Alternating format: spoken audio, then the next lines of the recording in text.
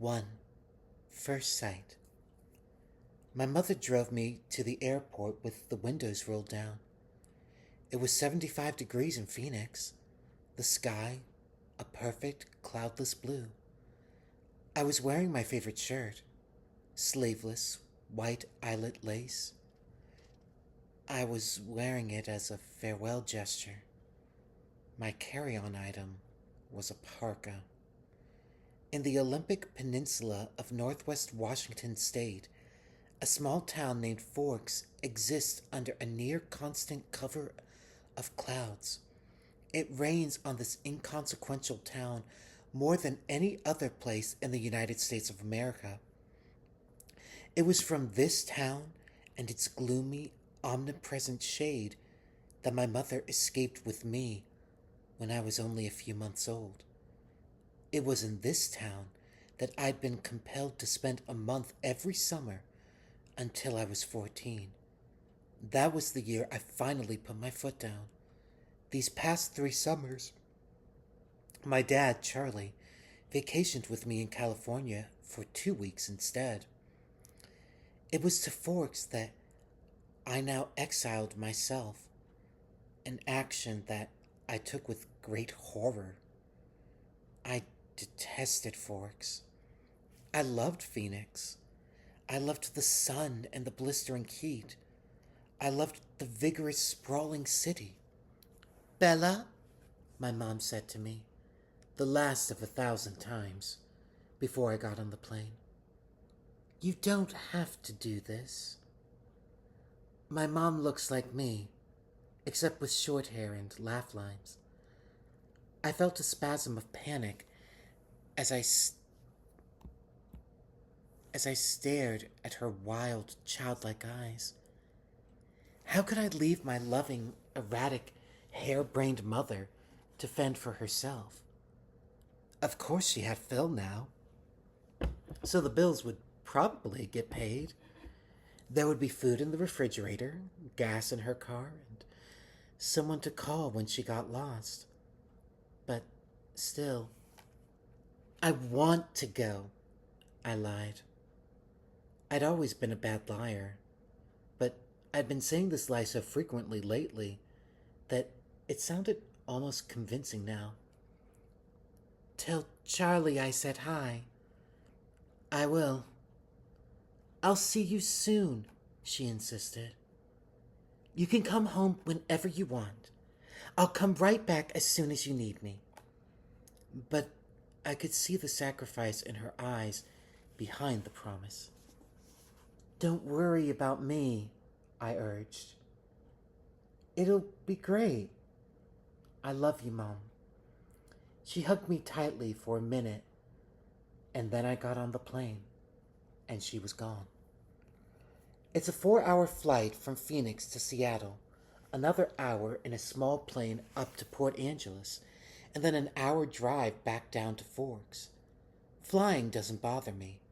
The hour in the car with Charlie, though, I was a little worried about. Charlie had really been fairly nice about the whole thing. He seemed genuinely pleased that I was coming to live with him for the first time, with any degree of permanence. He'd already gotten me registered for high school and was going to help me get a car. But it was sure to be awkward with Charlie. Neither of us was what anyone would call verbose, and I didn't know what there was to say regardless. I knew he was more than a little confused by my decision, like my mother before me. I hadn't made a secret of my distaste for Forks. When I landed in Port Angeles, it was raining. I didn't see it as an omen, just unavoidable. I'd already said my goodbyes to the sun. Charlie was waiting for me with the cruiser. This I was expecting too. Charlie is Police Chief Swan to the good people of Forks. My primary motivation behind buying a car, despite the scarcity of my funds, was that I refused to be driven around town in a car with red and blue lights on top. Nothing slows down traffic like a cop. Charlie gave me an awkward one-armed hug when I stumbled my way off the plane. "It's good to see you, Bells," he said, smiling as he automatically caught and steadied me. "You haven't changed much. How's Renee?" "Mom's fine. It's good to see you too, Dad." I wasn't allowed to call him Charlie to his face. I had only a few bags. Most of my Arizona clothes were too permeable for Washington. My mom and I had pooled our resources to supplement my winter wardrobe, but it was still scanty. It all fit easily into the trunk of the cruiser. "I found a good car for you. Really cheap," he announced when we were strapped in. "What kind of car?" I was suspicious of the way he said, "good car for you," as opposed to just good car. "Well, it's a truck, actually. A Chevy." "Where did you find it?"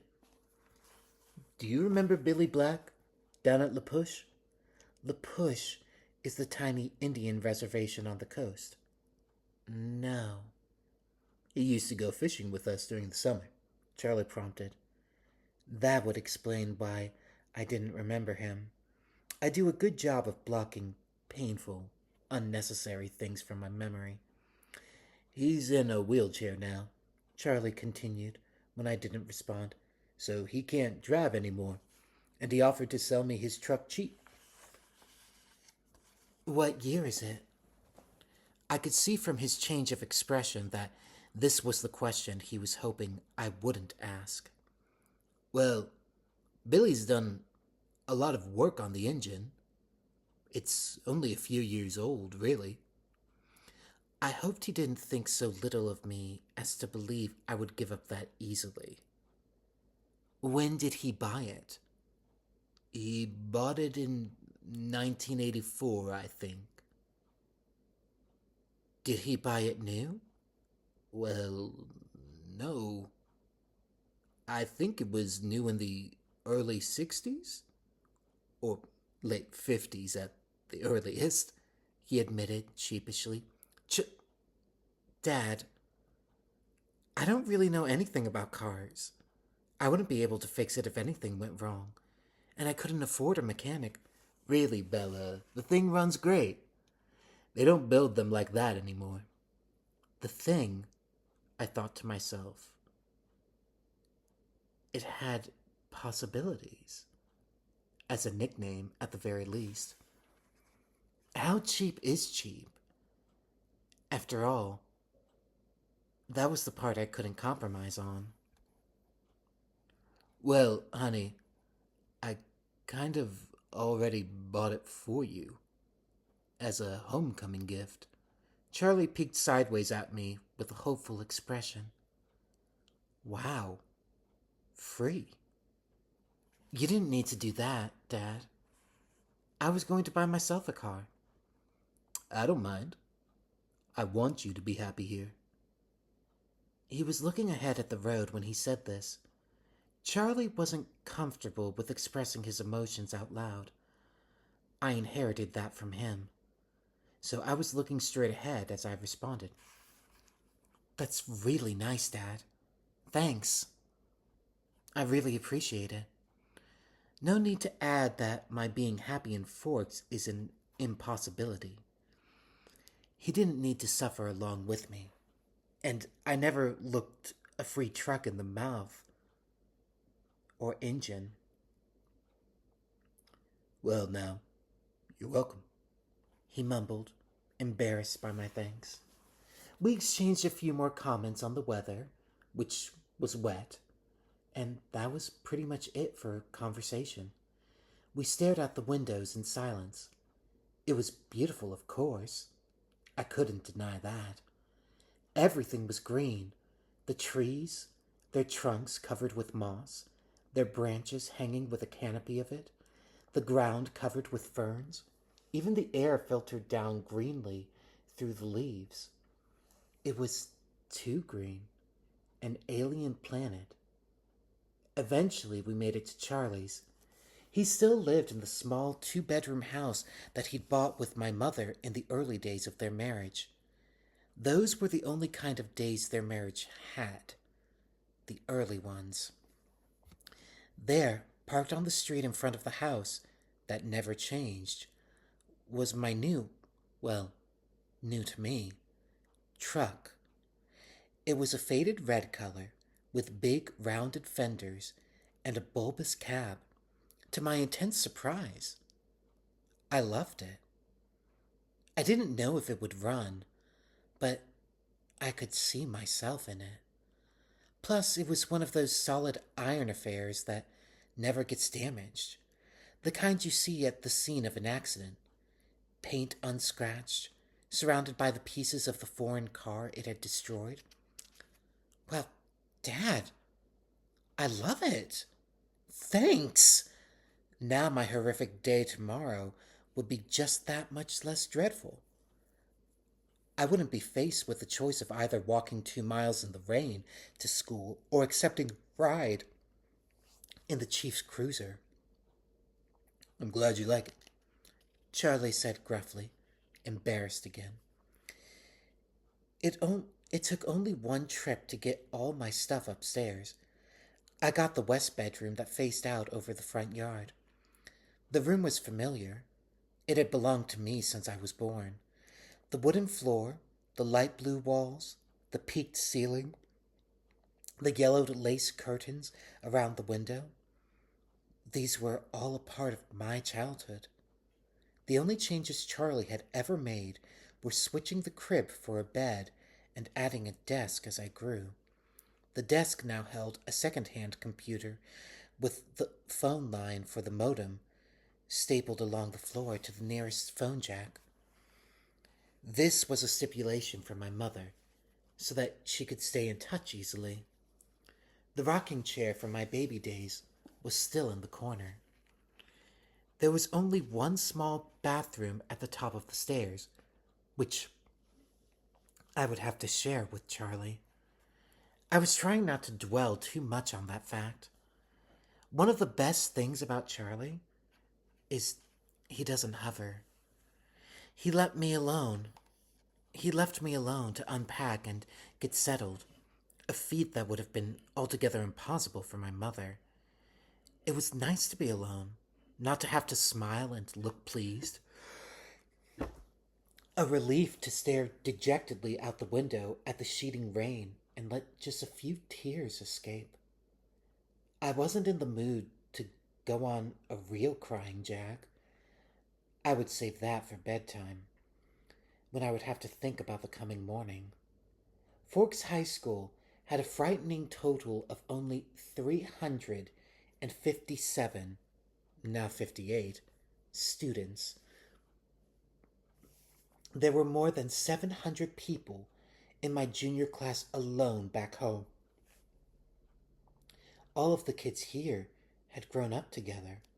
Their grandparents had been toddlers together. I would be the new girl from the big city, a curiosity, a freak. Maybe if I looked like a girl from Phoenix should, I could work this to my advantage. But physically, I never fit in anywhere. I should be tan, sporty, blonde, a volleyball player, or a cheerleader perhaps. All the things that go with living in the Valley of the Sun. Instead, I was ivory-skinned, without even the excuse of blue eyes or red hair, despite the constant sunshine. I had always been slender, but soft somehow. Obviously not an athlete. I didn't have the necessary hand-eye coordination to play sports without humiliating myself, and harming both myself and anyone else who stood too close. When I finished putting my clothes in the old pine dresser, I took my bag of bathroom necessities and went to the communal bathroom to clean myself up after the day of travel. I looked at my face in the mirror as I brushed through my tangled, damp hair. Maybe it was the light, but already I looked sallower, unhealthy. My skin could be pretty. It was very clear, almost translucent looking, but it all depended on color. I had no color here. Facing my pallid reflection in the mirror, I was forced to admit that I was lying to myself. It wasn't just physically that I'd never fit in. And if I couldn't find a niche in a school with 300 people, and if I couldn't find a niche in a school with 3,000 people, what were my chances here? I didn't relate well to people my age. Maybe the truth was that I didn't relate well to people, period. Even my mother, who I was closer to than anyone else on the planet, who was never in harmony with me, never on exactly the same page. Sometimes I wondered if I was seeing the same things through my eyes that the rest of the world was seeing through theirs. Maybe there was a glitch in my brain. But the cause didn't matter. All that mattered was the effect. And tomorrow would be just the beginning. I didn't sleep well that night, even after I was done crying. The constant whooshing of the rain and wind across the roof wouldn't fade into the background. I pulled the faded old quilt over my head and later added the pillow too, but I couldn't fall asleep until after midnight, when the rain finally settled into a quieter drizzle. Thick fog was all I could see out my window in the morning, and I could feel the claustrophobia creeping up on me. You could never see the sky here. It was like a cage. Breakfast with Charlie was a quiet event. He wished me good luck at school. I thanked him, knowing his hope was wasted. Good luck tended to avoid me. Charlie left first, off to the police station that was his wife and family. After he left, I sat at the old square oak table in one of the three unmatching chairs and examined his small kitchen with its dark paneled walls, bright yellow cabinets, and white linoleum floor. Nothing was changed. My mother had painted the cabinets 18 years ago in an attempt to bring some sunshine into the house. Over the small fireplace in the adjoining handkerchief-sized family room was a row of pictures. First, a wedding picture of Charlie and my mom in Las Vegas. Then one of the three of us in the hospital after I was born, taken by a helpful nurse, followed by the procession of my school pictures up to last year's. Those were embarrassing to look at. I would have to see what I could do to get Charlie to put them somewhere else, at least while I was living here. It was impossible, being in this house, not to realize that Charlie had never gotten over my mom. It made me uncomfortable. I didn't want to be too early to school, but I couldn't stay in the house anymore. I donned my jacket.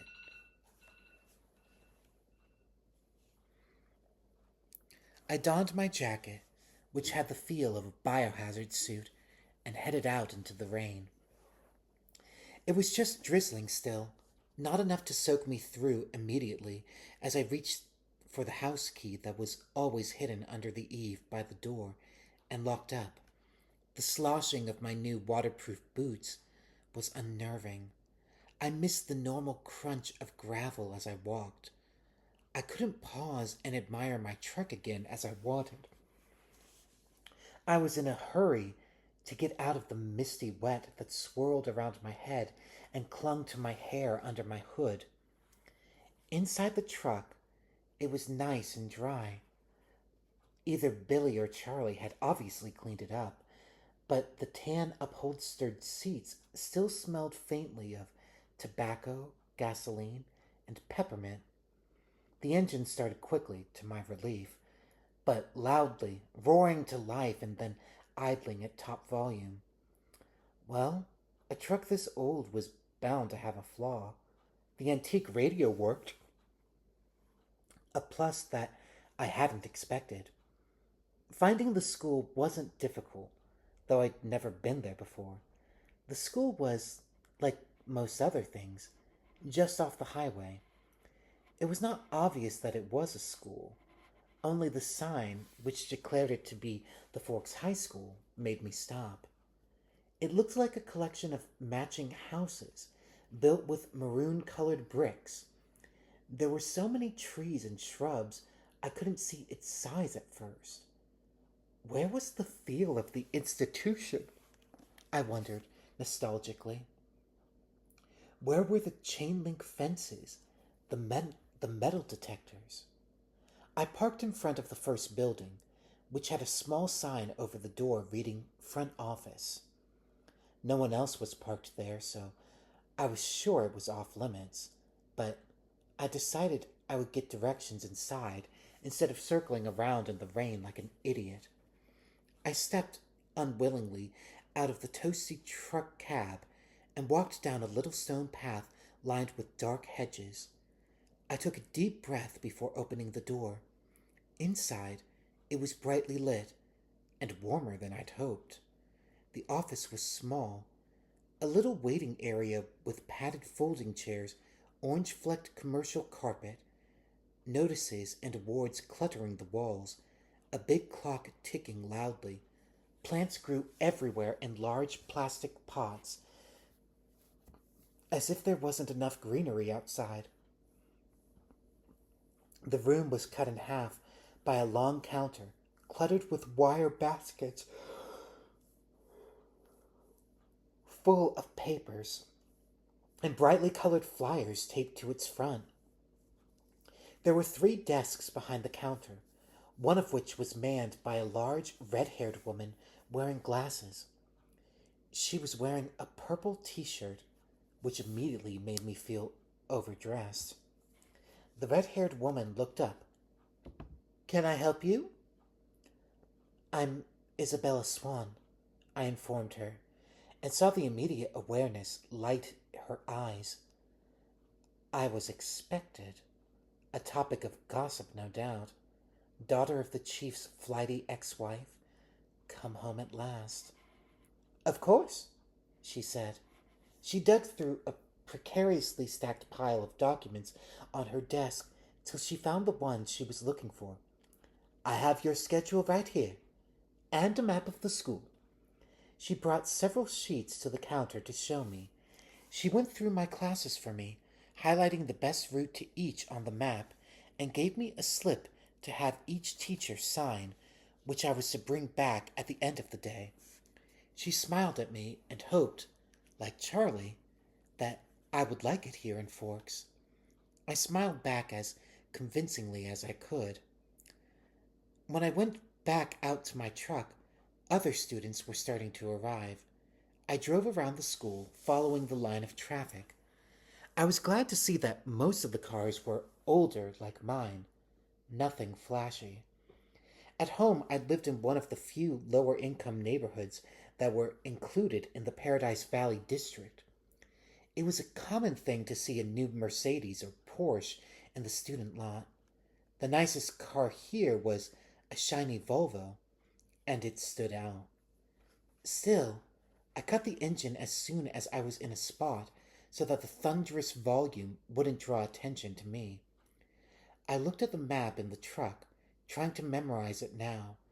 Hopefully, I wouldn't have to walk around with it stuck in front of my nose all day. I stuffed everything in my bag, slung the strap over my shoulder, and sucked in a huge breath.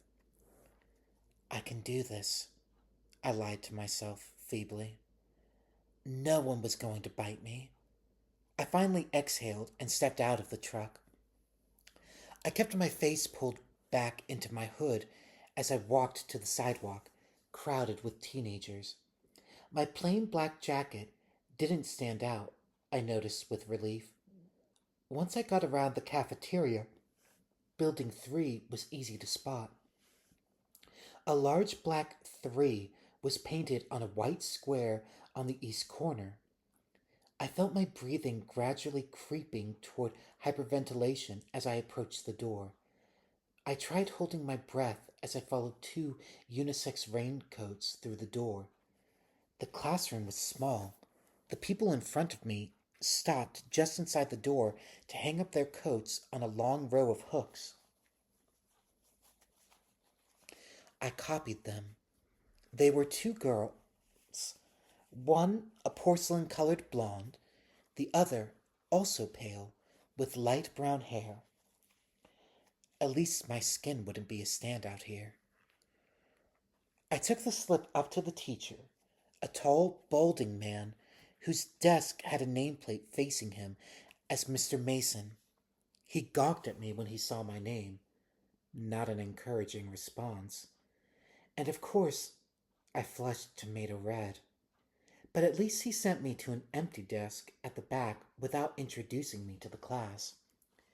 It was harder for my new classmates to stare at me in the back, but somehow they managed. I kept my eyes down on the reading list the teacher had given me. It was fairly basic: Bronte, Shakespeare, Chaucer, Faulkner. I'd already read everything.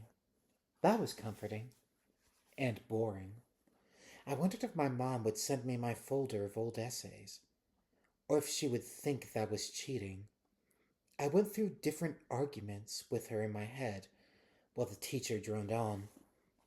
When the bell rang, a nasal buzzing sound, a gangly boy with skin problems and hair black as an oil slick leaned across the aisle to talk to me. You're Isabella Swan, aren't you?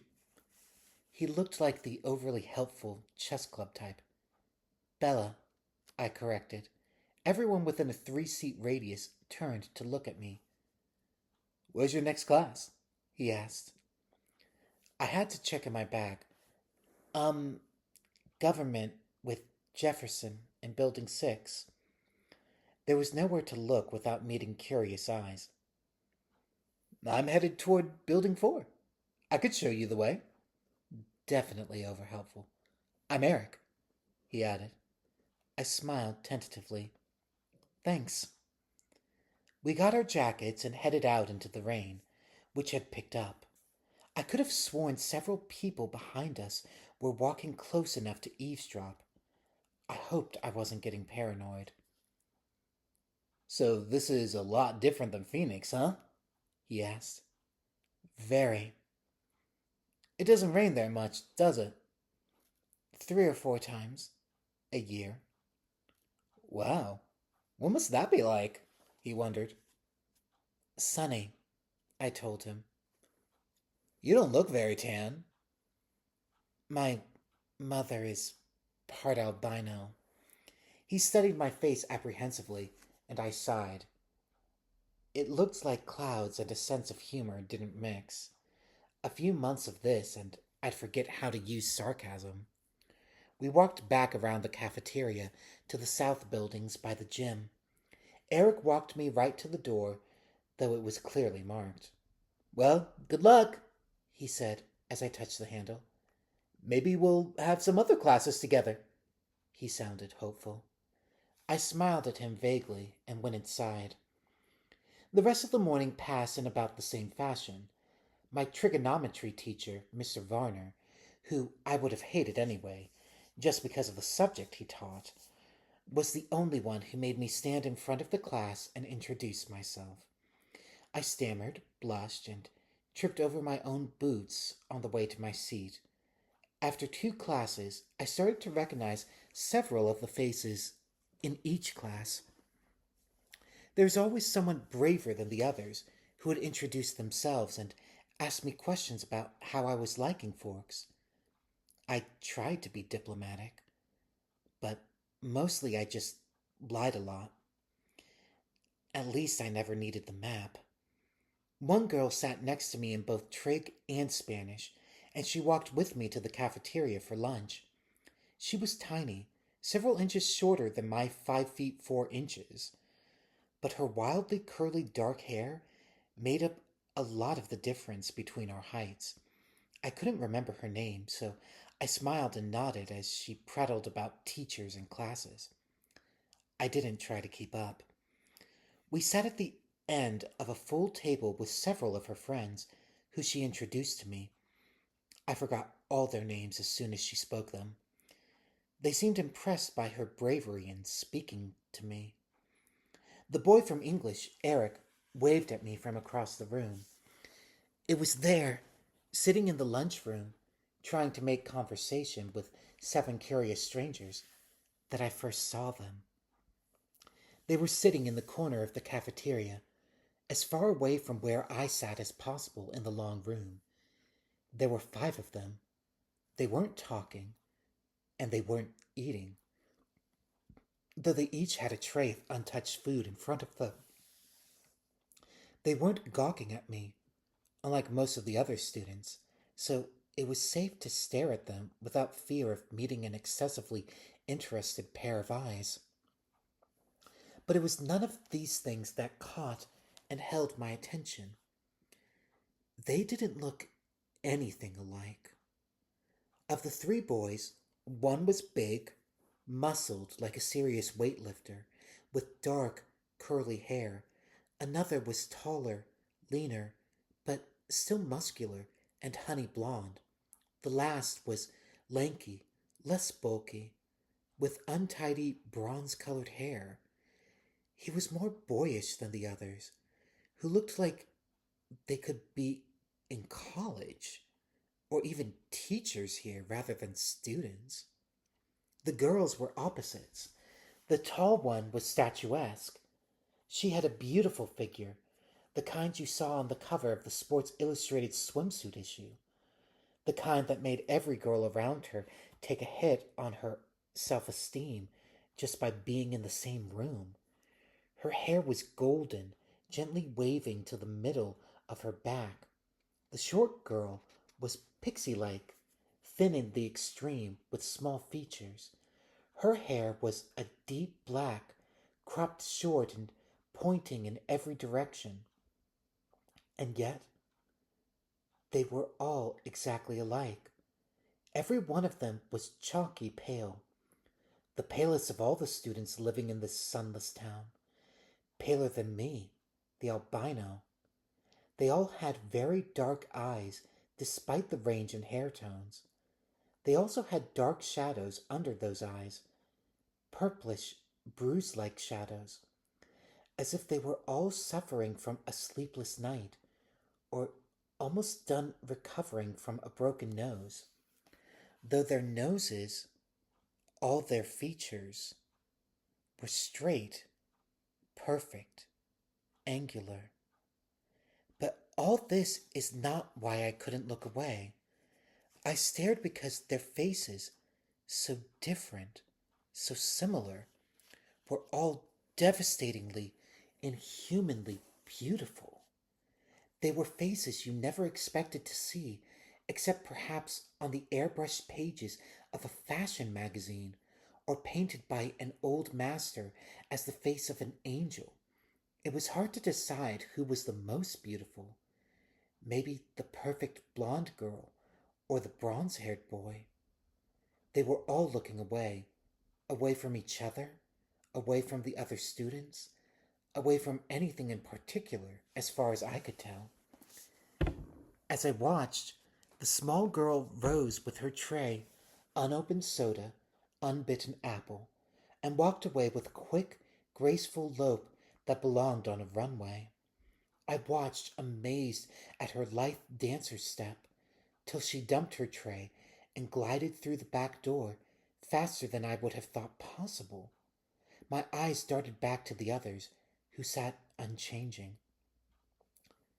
Who are they? I asked the girl from my Spanish class, whose name I'd forgotten.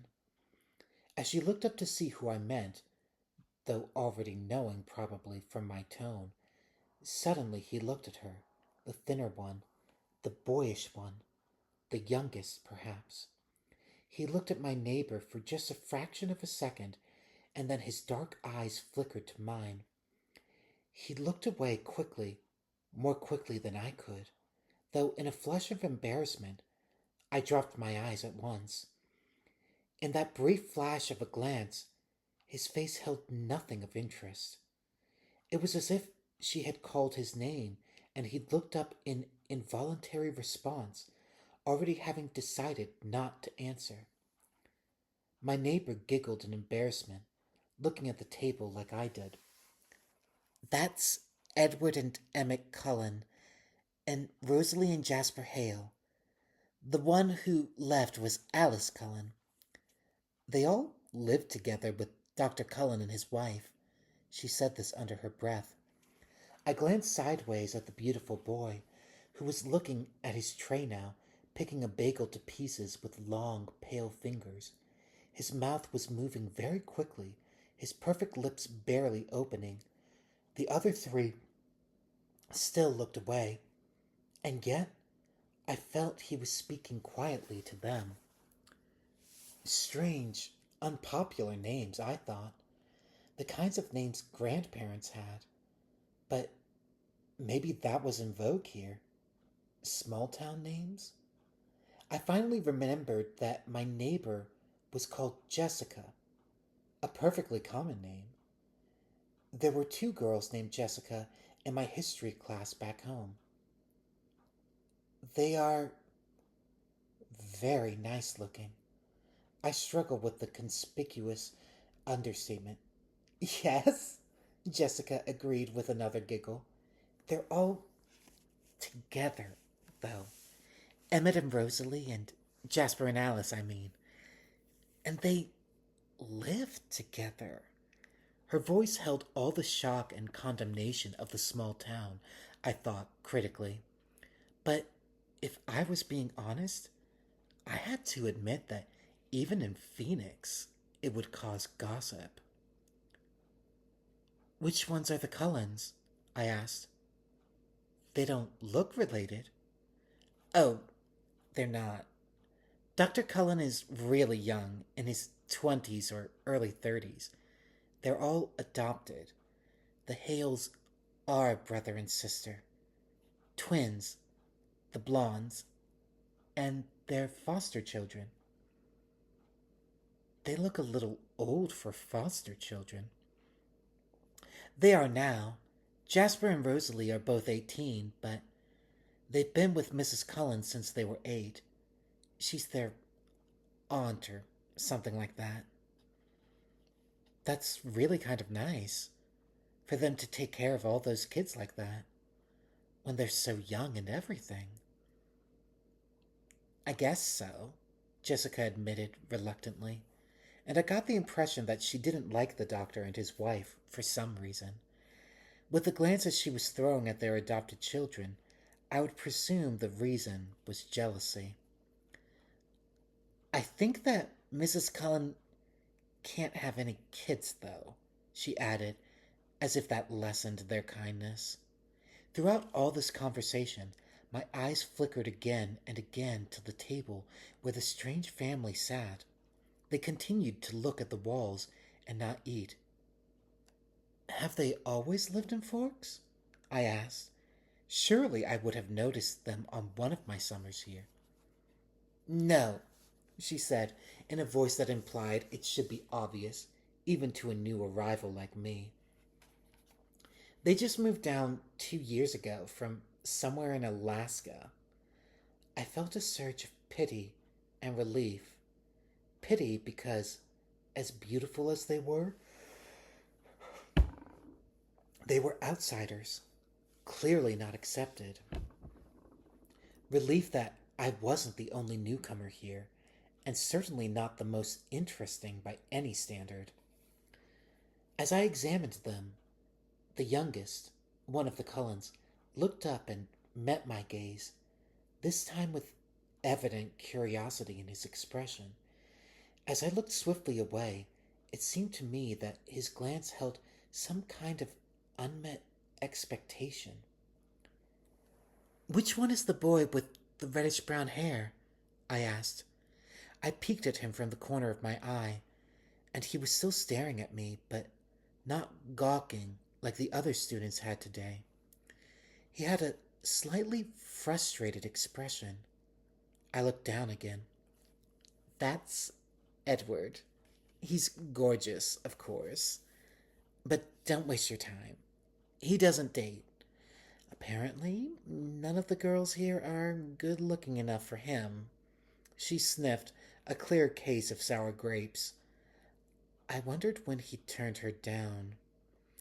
I bit my lip to hide my smile. Then I glanced at him again.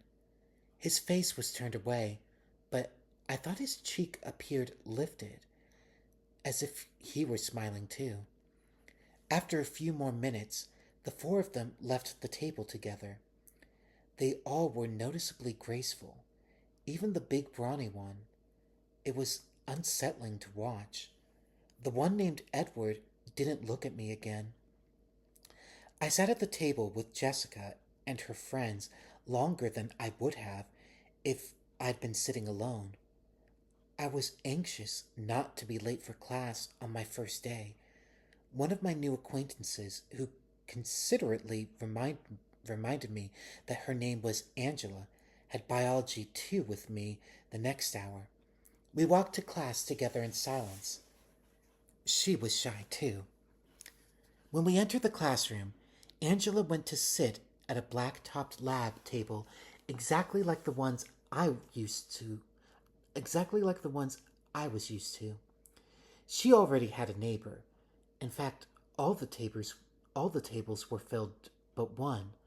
Next to the center aisle, I recognized Edward Cullen by his unusual hair, sitting next to that single open seat.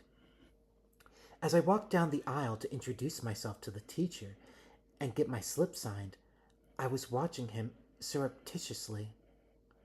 Just as I passed, he suddenly went rigid in his seat.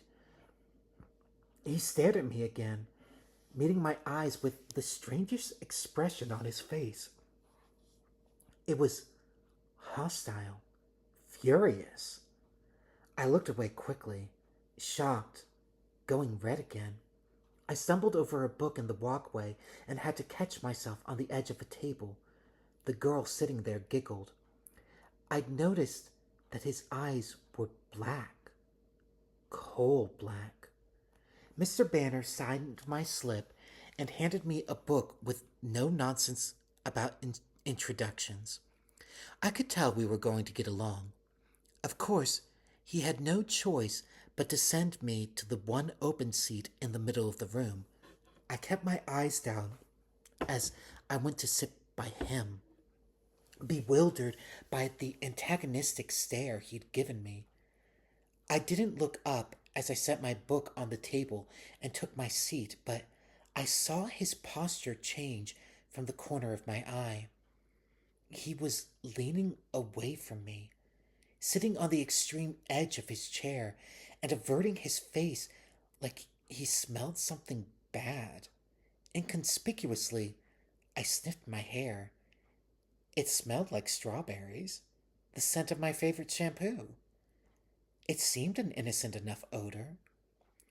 I let my hair fall over my right shoulder, making a dark curtain between us, and tried to pay attention to the teacher. Unfortunately, the lecture was on cellular anatomy, something I'd already studied. I took notes carefully anyway, always looking down. I couldn't stop myself from peeking occasionally through the screen of my hair at the strange boy next to me.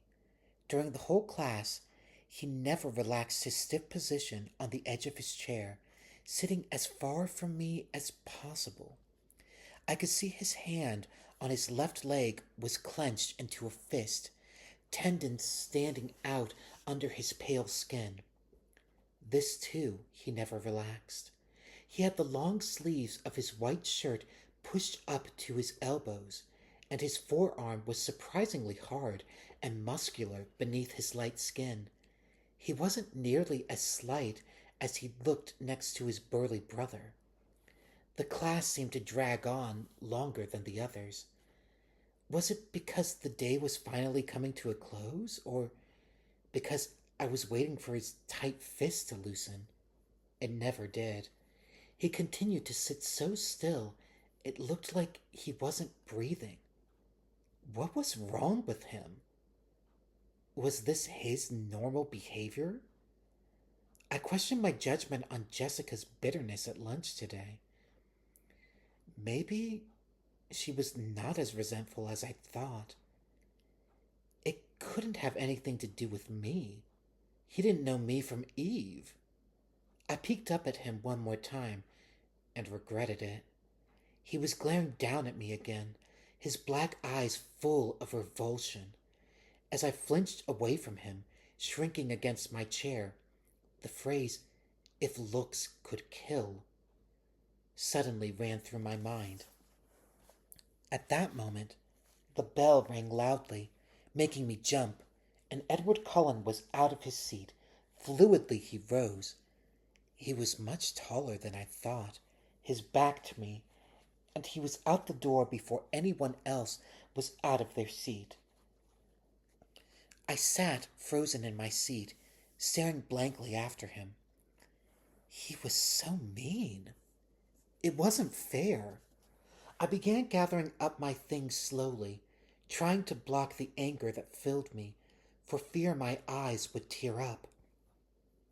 For some reason, my temper was hardwired to my tear ducts.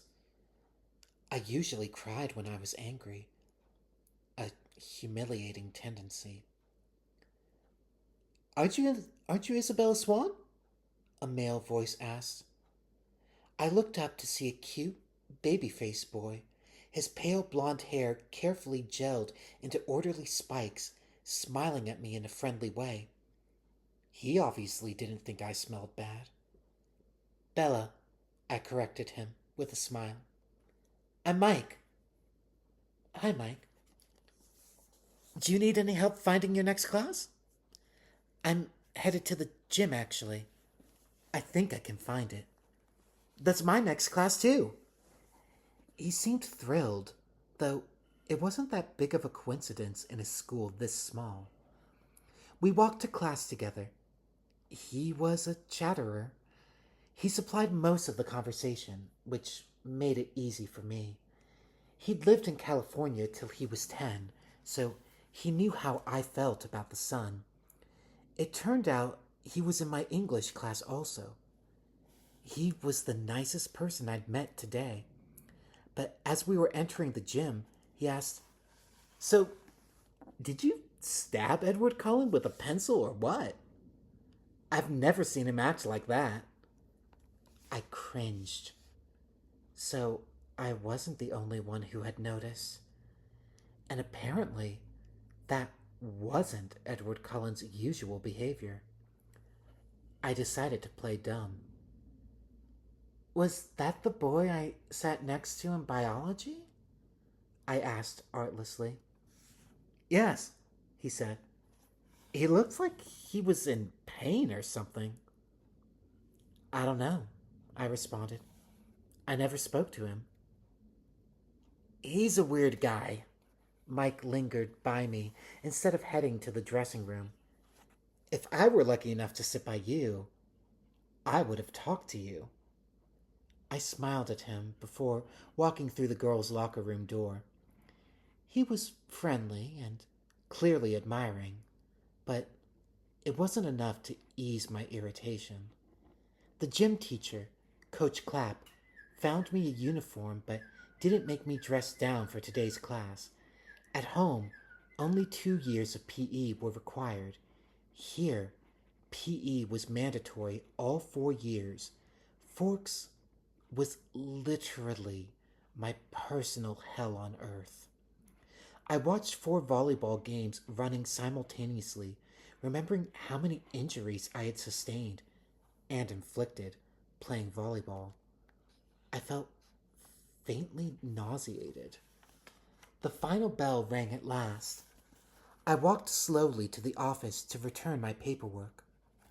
The rain had drifted away, but the wind was strong and colder. I wrapped my arms around myself. When I walked into the warm office, I almost turned around and walked back out. Edward Cullen stood at the desk in front of me.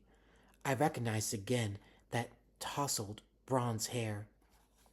He didn't appear to notice the sound of my entrance.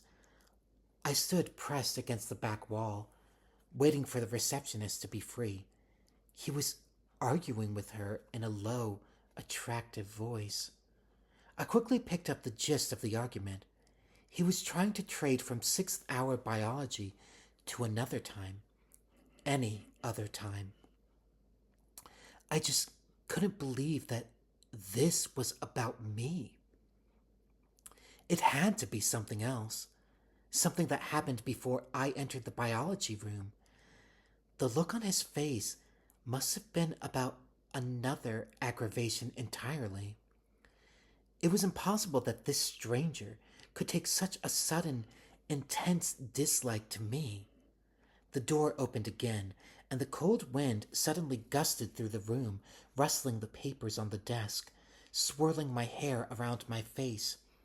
The girl who came in merely stepped up to the desk, placed a note in the wire basket, and walked out again. But Edward Cullen's back stiffened, and he turned slowly to glare at me.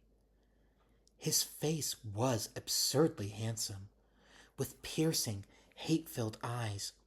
For an instant, I felt a thrill of genuine fear raising the hair on my arms. The look only lasted a second, but it chilled me more than the freezing wind. He turned back to the receptionist. "Never mind then," he said hastily in a voice like velvet. "I can see that is impossible. Thank you so much for your help." And he turned on his heel without another look at me and disappeared out the door. I went meekly to the desk, my face white for once instead of red, and handed her the signed slip. "How did your first day go, dear?" the receptionist asked maternally. "Fine," I lied, my voice weak. She didn't look convinced. When I got to the truck, it was almost the last car in the lot. It seemed like a haven, already the closest thing to home I had in this damp green hole. I sat inside for a while, just staring out the windshield blankly. But soon I was cold enough to need the heater, so I turned the key and the engine roared to life. I headed back to Charlie's house, fighting tears the whole way there.